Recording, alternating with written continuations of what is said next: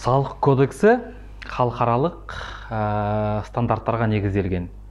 Қаржылық есептің халықаралық стандарттары деген стандарт бар. Соған біздің Қазақстан Республикасының салықтық жүйесі, салықтық кодексі сол стандартқа негізделген. Неге мен бұл айтып отырмын?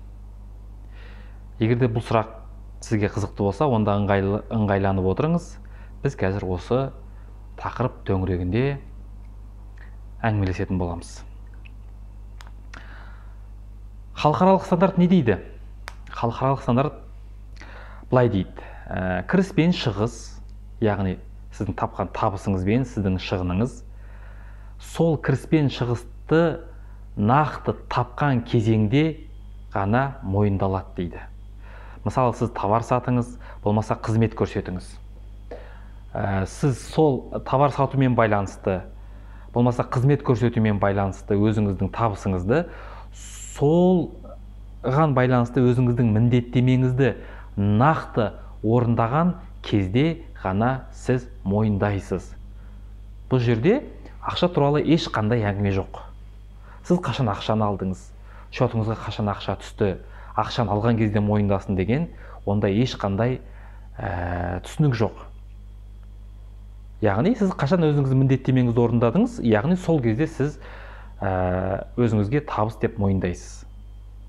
Ал бізде қалай? Көптеген бухгалтерлар, тіпті салық органдарындағы көптеген салық инспекторлары сізді тексеру барысында, сізбен салық төледіңіз ба, төлемедіңіз ба, сол сұрақты шешу барысында сізден банктік выпискаңызды әкеліңіз, көрейік, сіздің шотыңызға қанша ақша түсті екен, болмаса кассаңызды көрейік, қанша ақша алдыңыз дейді. Иә, мүмкін ол жерде сізде бір белгілі бір көлемде айналым бар шығар, пәленбай ақша түсті, пәленбай не болды деген. Бірақ олар сұрақты былай қою керек. Яғни мына ақша бойынша сіз өзіңіздің міндеттемеңізді қашан орындадыңыз? Яғни сіз қызмет көрсетсеңіз, акт выполненных работ деген бізде құжат бар, көптеріңіз естіген шығарсыздар. Сол құжатқа сіз қашан қол қойдыңыз? Ал егерде сіз товар сатсаңыз, накладная, қашан накладнаяға қол қойдыңыз? Яғни сол кезең сіздің табыс тапқан кезеңіңіз болып есептелінеді. Бұл бір. Енді екінші бір жағдай бар.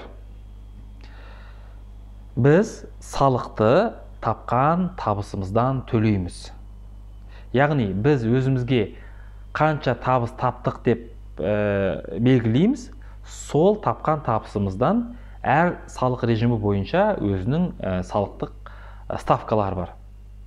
Енді қазір мына упрощенный режим бойынша кішкене сөйлесіп көрейік. Бізде өйткені Қазақстан Республикасында кәсіпкерлердің 80-85-90% осы салық режимінде жұмыс істейді. Яғни бұл режимде былай болады. Сіз өзіңізге тапқан табысыңыздан 3% мемлекетке салық төлейсіз. Оның ішінде 1,5% жеке табыс салығы және 1,5% әлеуметтік салық. Жалпы 3% төлейсіз. Бірақ тапқан табысыңыздан, тапқан мойындаған жаңағы табысыңыздан төлейсіз. Енді ойлап қараңыз. Сіз 2019 жылдың салықтық есебін тапсырдыңыз. Көп жағдайда ол есеп түскен ақшаға байланысты тапсырылды. Шотыңызға қанша ақша түсті, сол бойынша сіз жаңағы есептеме бердіңіз да, сол есептемедегі тапқан табысыңыздан 3% мемлекетке салық төледіңіз. Ал енді жаңағы халықаралық стандартқа негізделсе, онда мысалы сіз желтоқсан айында, болмаса 2019 жылдың аяғына қарай кейбір алған ақшаларыңыз бойынша, мүмкін 2019 жылдың екінші жартысында алған ақшаларыңыз бойынша, мүмкін әлі міндеттемеңізді толық орындап болған жоқ шығарсыз. Яғни акт выполненных работаға қол қойған жоқсыз, накладнаяға қол қойған жоқсыз. Яғни сіз әлі ол бойынша жұмыс істеп жатқан шығарсыз. Мүмкін сіз осы 2020 жылы аяқтайтын боларсыз сол бойынша міндеттемеңізді. Яғни бұл деген сөз не деген сөз? Сіз табысты 2020 жылы мойындайсыз. Ал енді сіз өзіңіз білесіз, мемлекет 2020 жылдан бастап 3 жылға салықтан босатты.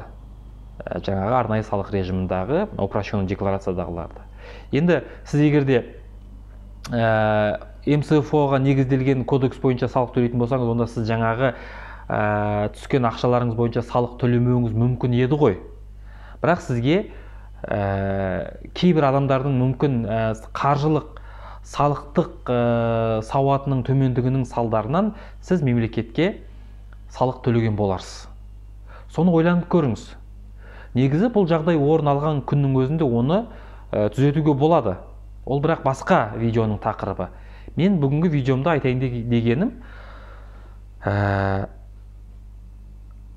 қаржылық салықтық есепте қай кезде біз өзімізге тапқан табысымызды мойындаймыз? Қай сәтте мойындаймыз? Осы сәтті дұрыс анықтап алу керек. Егерде мен бұл видеоны түсірмейтін едім, егерде мемлекет 2020 жылдан бастап салықтан босатпағанда жаңағы шағын бизнес иелерін, онда мен бұл видеоны түсірмейтін едім, өйткені менде мынандай ой болатын еді. Жарайды, енді 2019-да төлей салған шығар, бәрібір ол салықты 2020 жылы төлейтін еді ғой деген.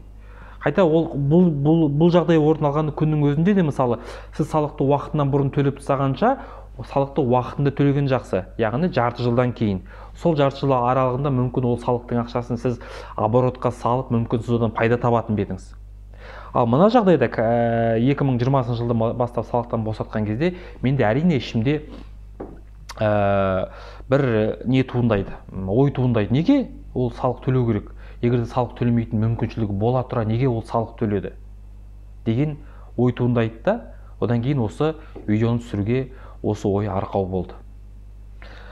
Ал салық инспекторлары да мүмкін бұл жағдайды білмеуі де мүмкін, ал тіпті білсе де олар бұған көз жұма қарауы да мүмкін. Неге? Өйткені олардың бір ғана мақсаты бар. Олар қайткен күнде бюджетке ақша жинау керек. Сізден қалай да жаңағы салықты төлетіп бюджетке, мемлекеттің бюджетіне ақша тарту керек. Өйткені мемлекет жоғары жақта биліктегілер әр салық органдарына жаңағыдай план бекітеді екен. Сендер осыншама салық жинау керексіңдер деген. Яғни сол планды орындау үшін ол инспекторлар кейбір заң бұзушылықтарға да баруы әбден мүмкін. Ал жалпы біздің жаңағы кіріс пен шығысты дәл өз сәтінде мойындай алмау, ол тек қана салықтық есеп үшін емес, жалпы қаржылық есеп үшін де өте үлкен өрескел қате. Көптеген кәсіпкерлер өздерінің таза пайдасын есептей алмайды. Қанша пайда тауып жатсың десең, менде бар ғой, жаңағы түсіп жатыр ақша, жобалап процентпен айту жауап береді. Ал кәсіпкер, нағыз кәсіпкер өзінің кәсібінен тапқан пайдасын цифрмен белгілей алу керек, білу керек қанша пайда тапқан. Не үшін білу керек? Өйткені болашақты ары қарай болжай алу үшін. Сол кезде, мысалы, сіз мына кезеңде мынаншама салық таптыңыз, табыс таптыңыз. Енді бір нәрселерді өзгерткен кезде сіз жаңа тапқан табысыңызды өсіру керексіз. Кез келген кәсіп ол пайда табу мақсатында құрылады. Сондықтан бизнесіңіз сіздің цифр тілінде сөйлеу керек. Бірақ қаржылық есепке байланысты жаңағы табысты дұрыс, таза пайданы дұрыс есептей алмау, ол бөлек видеомның тақырыбы болады. Бүгінгі айтайын дегенім осы салыққа байланысты. Енді әрқайсыларыңыз өздеріңіз ойланыңыздар. Сіздерде сондай қателік кетті ма? Кетсе, онда оны түзетуге болады.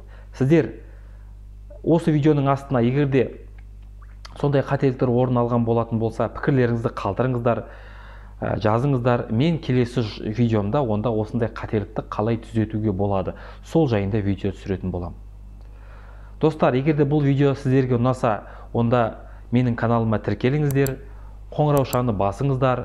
Әрқашанда бұл каналда осы сияқты кәсіпкерлерге пайдалы, қызықты, танымды видеолар қазақтың қарапайым тілінде түсірілетін болады.